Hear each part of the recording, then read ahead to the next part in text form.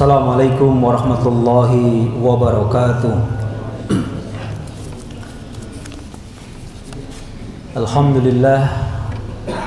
Alhamdulillahi rabbil alamin, alladzi akhrajan nasa minadh dhulumati ilan nur, walladzi 'allamal insana ma lam ya'lam. Asyhadu an la ilaha illallah wahdahu la syarika lah, wa asyhadu anna Muhammadan abduhu wa rasuluhu, la nabiyya wa rasula ba'dah. Allahumma salli wa sallim wa barik ala nabiyil ummiyil karim Muhammadin wa ala alihi wa ashabihi wa man tabi'ahum bi ihsanin ila yaumiddin, amma ba'du. Faqala Allah tabaraka wa ta'ala fi kitabihil karim, ya ayyuhalladzina amanu taqullaha haqqa tuqatih wa la tamutunna illa wa antum muslimun. Kaum muslimin, jamaah salat maghrib yang ulun muliakan dan yang dirahmati Allah subhanahu wa ta'ala, alhamdulillah, bersyukur kita kepada Allah subhanahu wa ta'ala yang kembali mempertemukan kita dalam majelis yang mulia ini, dan mudah-mudahan ini menjadi catatan tersendiri bagi kita untuk menambah pundi-pundi amal kebajikan kita sebagai bekal kita untuk menuju ke kampung akhirat untuk berjumpa dengan Allah Subhanahu wa ta'ala. Kita bersyukur sampai saat ini Allah masih memberikan kita sikap untuk istiqomah, ketetapan hati di dalam ketaatan kepada Allah Subhanahu wa ta'ala, baik istiqomah di dalam akidah, keyakinan, tauhid, ataupun istiqomah di dalam melakukan ketaatan kepada Allah Subhanahu wa ta'ala. Dan orang yang istiqomah bukan berarti dia tidak pernah jatuh, ya. Dalam artian tidak pernah berbuat kesalahan, karena yang namanya manusia itu pasti pernah berbuat salah. Yang terpenting ketika dia jatuh dan bersegera untuk memohon ampun kepada Allah Subhanahu wa ta'ala, tentu dia juga tetap akan menjadi orang yang istiqomah. Jadi orang yang istiqomah bukan berarti tidak pernah jatuh. Jamaah sekalian yang dimuliakan Allah SWT, kenapa kita perlu bersyukur kepada Allah? Karena kita masih diberikan sikap istiqomah tadi. Karena memang menjadi orang yang istiqomah itu sangat sulit sekali. Jadi menjadi orang yang tetap taat beragama, tetap taat di dalam melakukan ketaatan kepada Allah, itu memang sangat sulit sekali. Banyak faktor yang menyebabkan seseorang menjadi sulit istiqomah. Sehingga kadang ada orang yang mungkin sudah berhijrah, sebulan 2 bulan dia berhijrah pakai jilbab, menutup aurat begitu, tapi kemudian dia kembali lagi. Ada orang yang berhijrah untuk berusaha menjaga sholat 5 waktu, ternyata sebulan 2 bulan dia kembali lagi untuk tidak menjaga sholat 5 waktu. Atau ya, orang yang berusaha untuk melaksanakan perintah-perintah Allah yang mungkin belum dia jaga dengan sebaik mungkin, tetapi ketika dia mampu melakukannya, terkadang banyak kita jumpai juga akhirnya dia kembali lagi. Jadi secara umum, paling tidak ada 2 penyebab yang menyebabkan seseorang itu sangat sulit untuk beristiqomah. Tentu yang pertama adalah ada faktor internal, ya, yang datang dari dalam diri kita sendiri. Dan faktor yang kedua tentu adalah faktor eksternalnya. Nah, faktor internal ini yang pertama adalah al-jahlu atau al-jahalatu.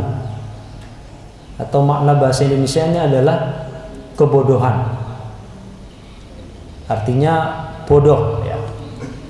Bodoh itu tapi bodoh itu masih lebih baik daripada dungu ya. Karena dungu itu termasuk orang yang sangat-sangat tidak cerdas dan sangat sulit sekali untuk diberikan pemahaman. Tapi kalau bodoh ya, itu kata sifat yang dia satu kondisi seseorang yang mungkin dia belum memahami dan belum mengetahui informasi tertentu, tapi bisa jadi dia masih memiliki pemahaman yang lain. Itu bodoh. Ulun sangat bodoh dalam ilmu matematika seumpama, tapi ulun ahli dalam bahasa Inggris seumpama. Artinya makna yang ingin kita sampaikan kenapa orang sangat sulit di dalam beristiqomah, salah satunya adalah karena orang itu jahil, khususnya di dalam ilmu agama. Kita tidak mengatakan jahil dalam bidang ilmu-ilmu yang lain, tetapi yang kita maksudkan di sini adalah seseorang yang kurang pemahamannya, khususnya di dalam pemahaman agama yang bersumber dari Al-Quran dan As-Sunnah, sehingga dia tidak memiliki semangat untuk mengerjakan. Jadi seseorang yang tidak memiliki pemahaman agama, maka dia akan sangat sulit sekali untuk mengerjakan. Dia tidak akan termotivasi untuk mengerjakan agama. Perintah-perintah agama dia tidak paham, ya jelas saja dia tidak akan mengerjakannya. Itu yang pertama.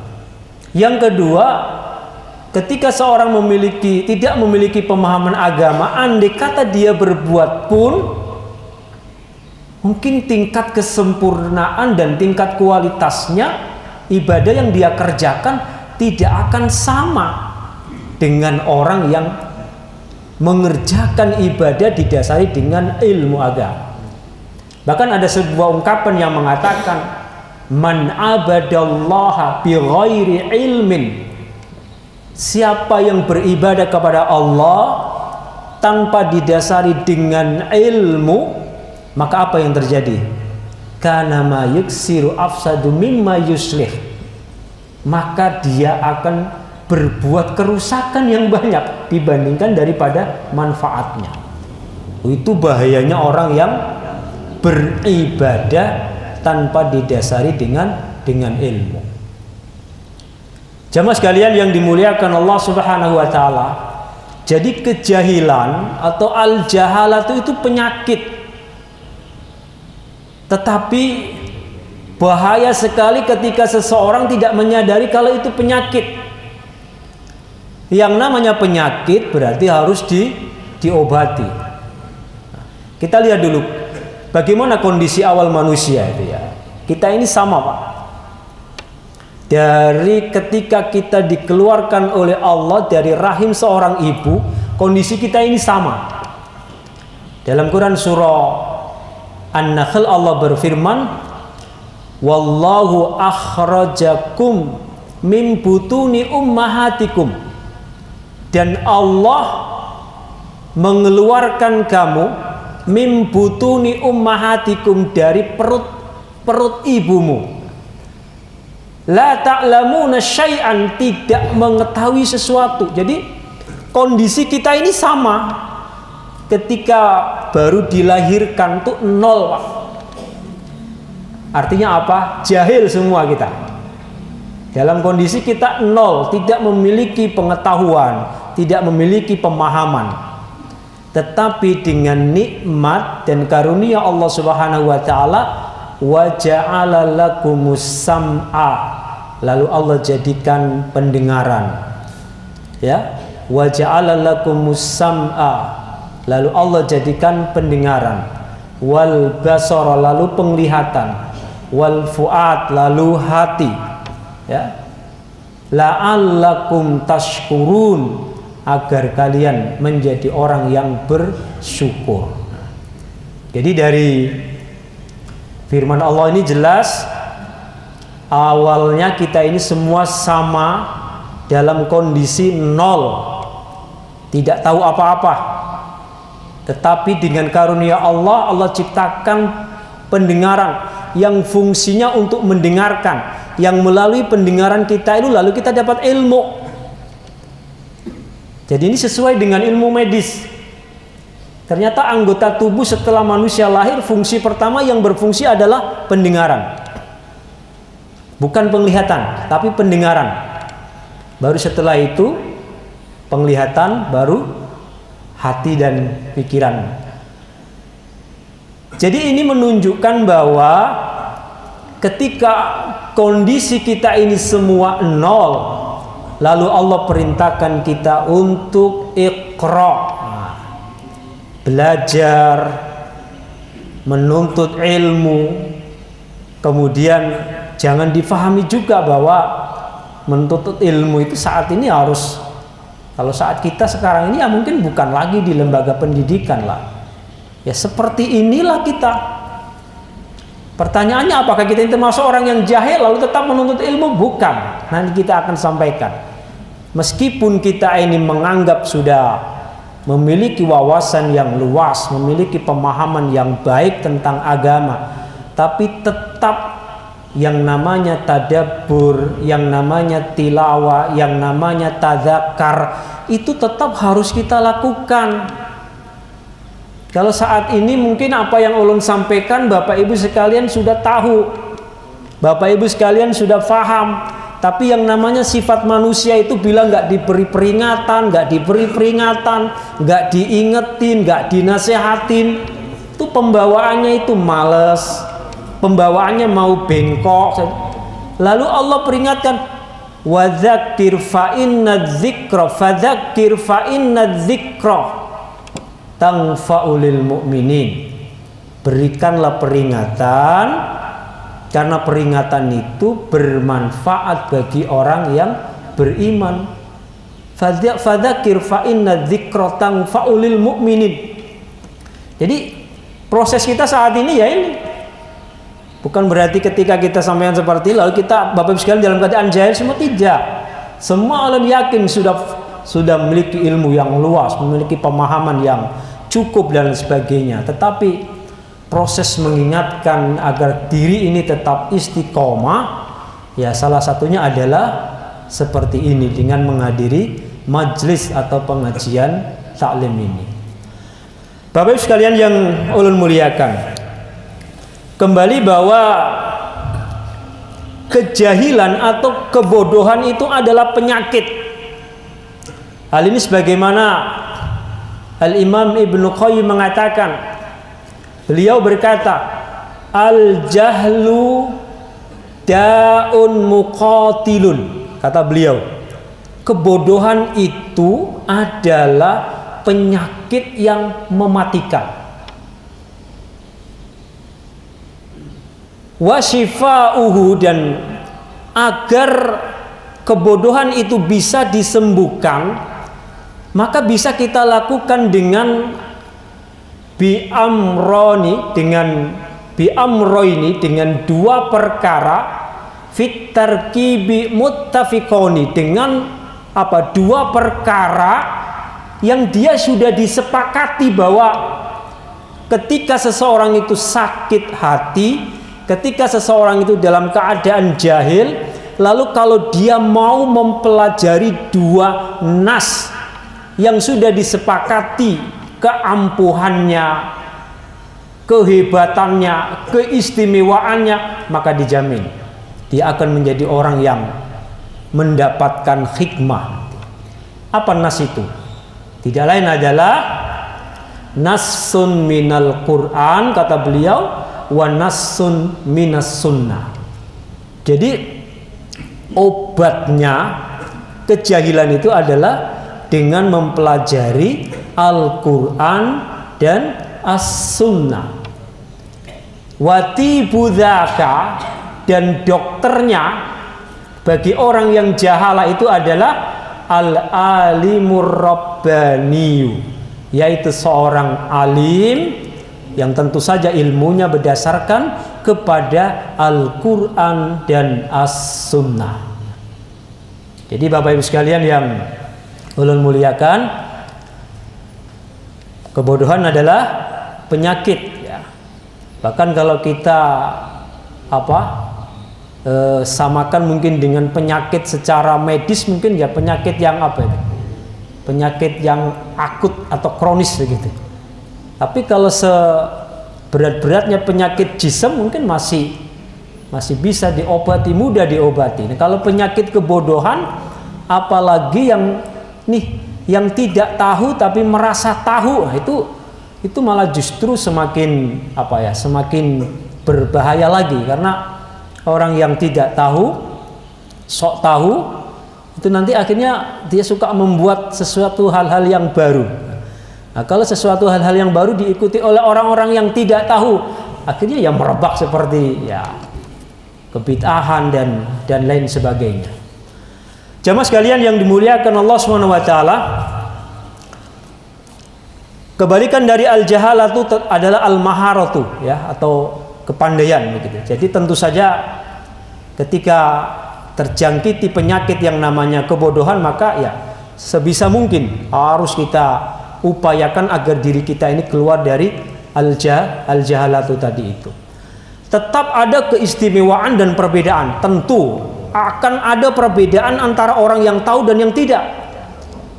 Allah sendiri sudah menegaskan, qul hal yastawil ladzina ya'lamuna wal ladzina la ya'lamun. Kata Allah, katakan, apakah sama orang yang mengetahui dengan orang yang tidak tahu? Jawabannya sudah pasti, tentu tidak sama. Orang yang berilmu, orang yang tahu memiliki derajat yang lebih tinggi dibandingkan dengan orang yang tidak berilmu. Orang yang berilmu dalam urusan duniawi saja, pasti dia diperlakukan berbeda. Mohon maaf ya, salary yang didapat oleh seorang manajer dengan office boy pasti berbeda. Tinggi mana Bapak? Kan pasti tinggi manajer daripada office boy.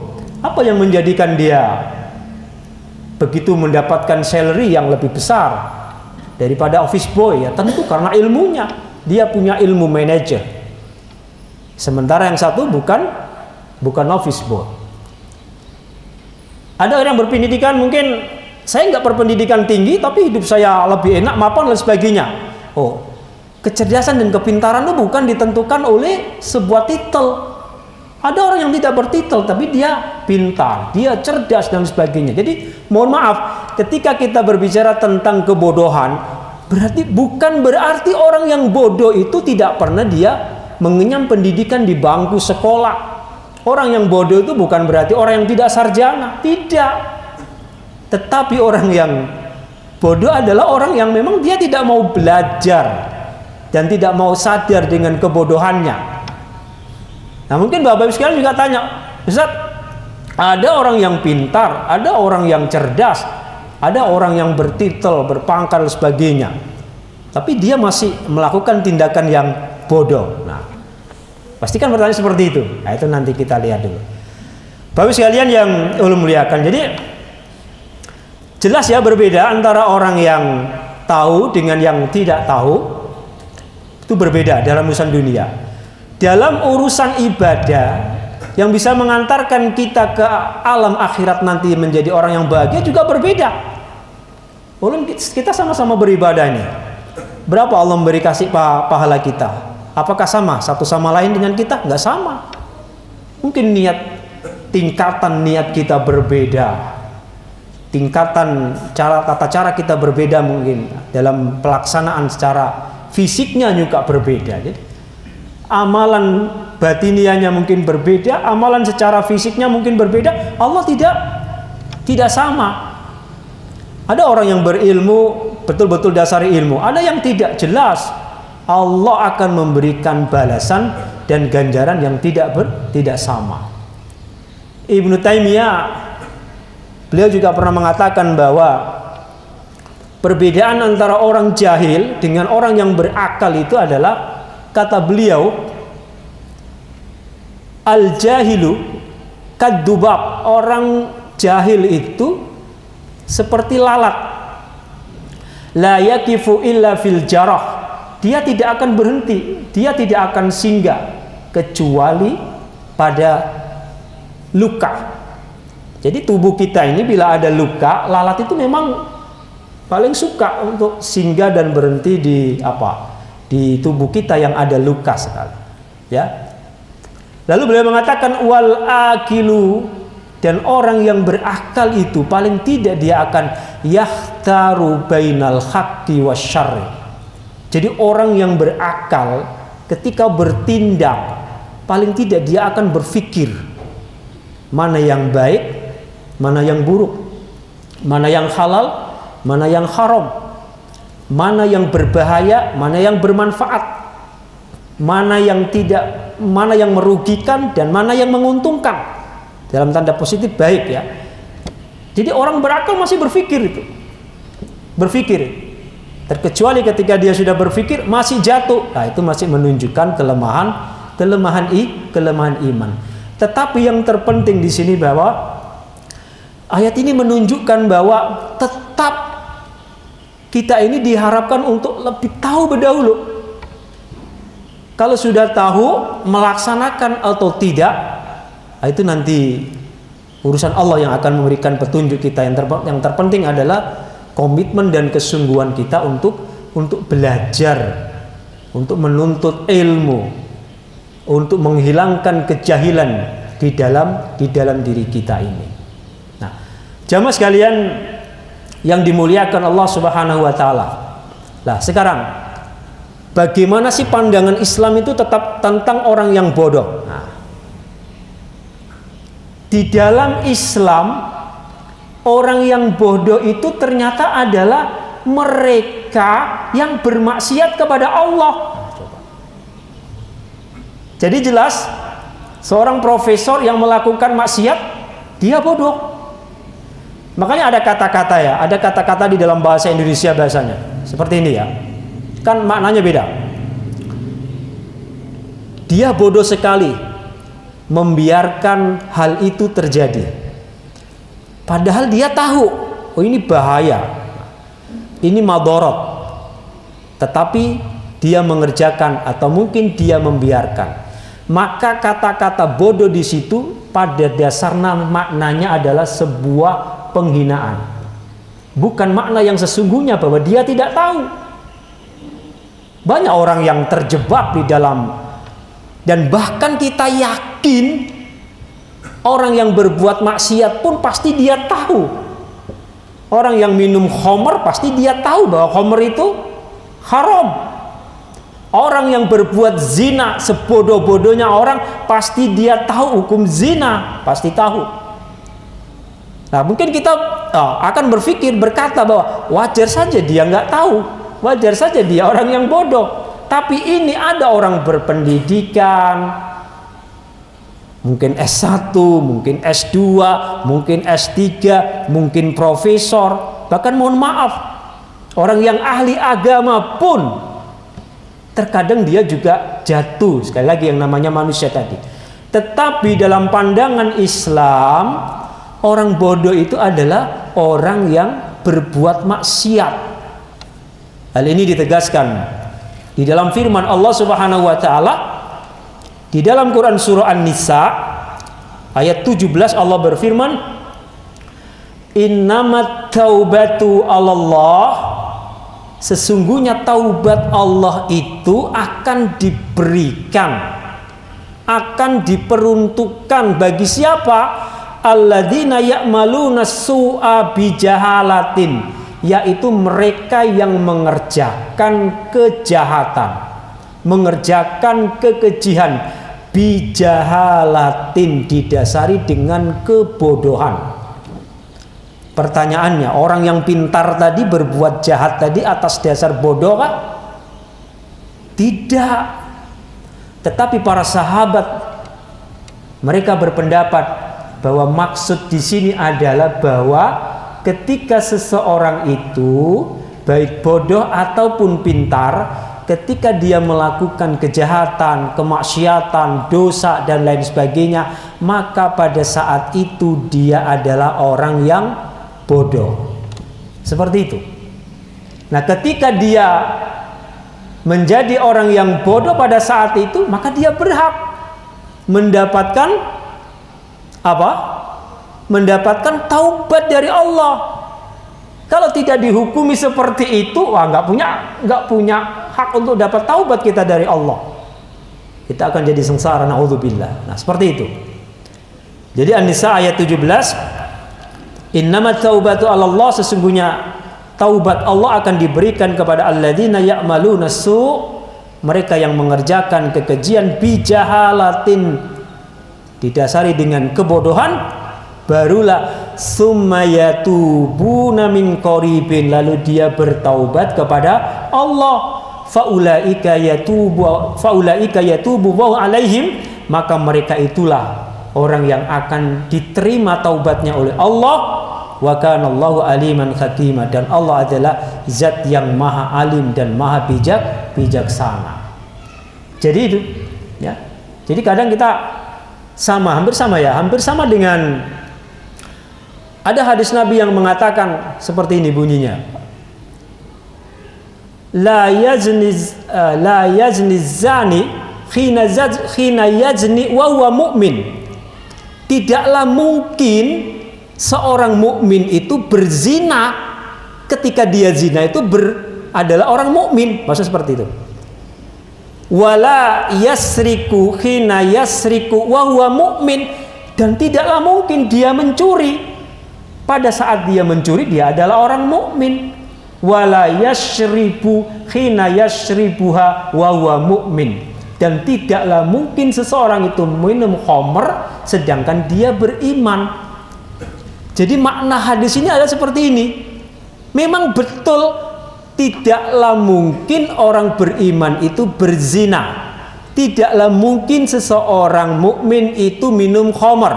Tidaklah mungkin seseorang mukmin itu mencuri.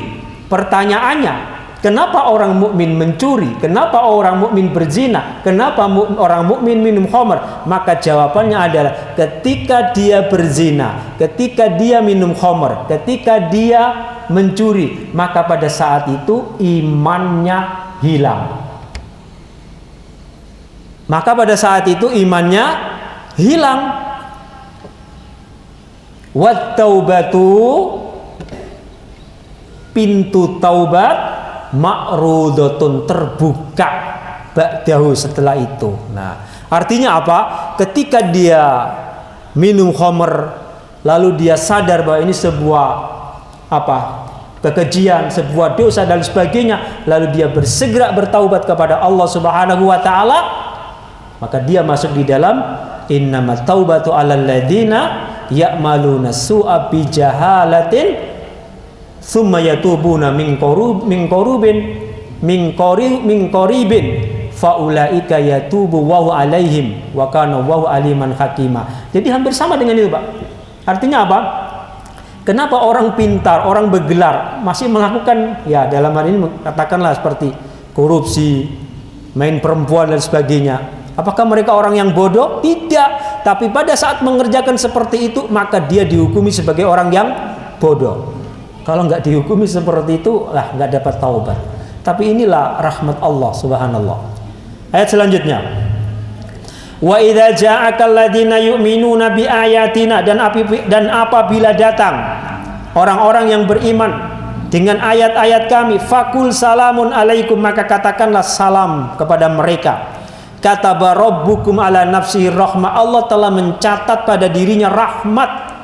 Annahu man amila minkum su'an, sesungguhnya barang siapa di antara kalian yang berbuat kekejian bijahalatin, didasari dengan kebodohan, sumataba, kemudian dia mau kembali bertaubat kepada Allah, mim ba'dihi, setelah itu, wa aslaha, lalu dia mau memperbaiki, fa innahu ghafurur rahim, maka Allah sesungguhnya adalah zat yang maha pengampun lagi maha penyayang.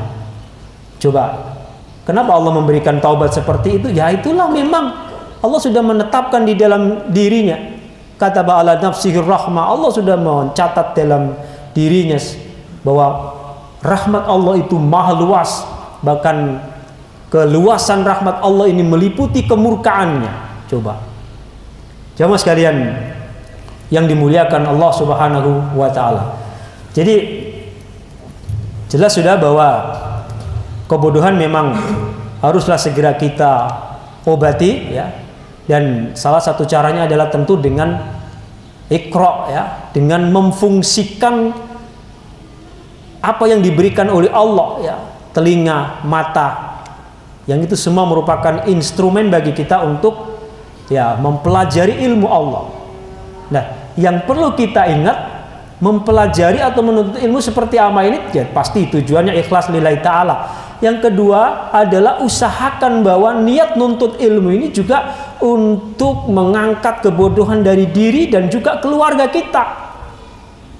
Ya seperti ini ilmu yang kita dapat, mudah-mudahan kita sampaikan ke keluarga kita, anak kita dan lain sebagainya. Baru itu nanti kita akan dapat hikmah.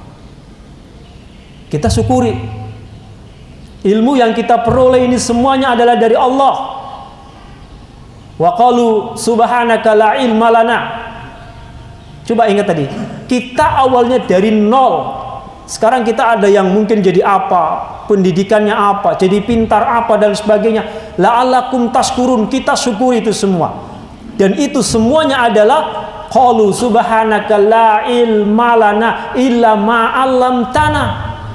Allah semua yang mengajarkan kita, Allah yang memberikan pengertian kepada kita, Allah yang memberikan pemahaman kepada kita semuanya. Allah yang memberikan kita hikmah. Dan ketika Allah telah memberikan hikmah kepada kita, maka kita akan mendapatkan kebaikan. Yu'til hikmata may yasha.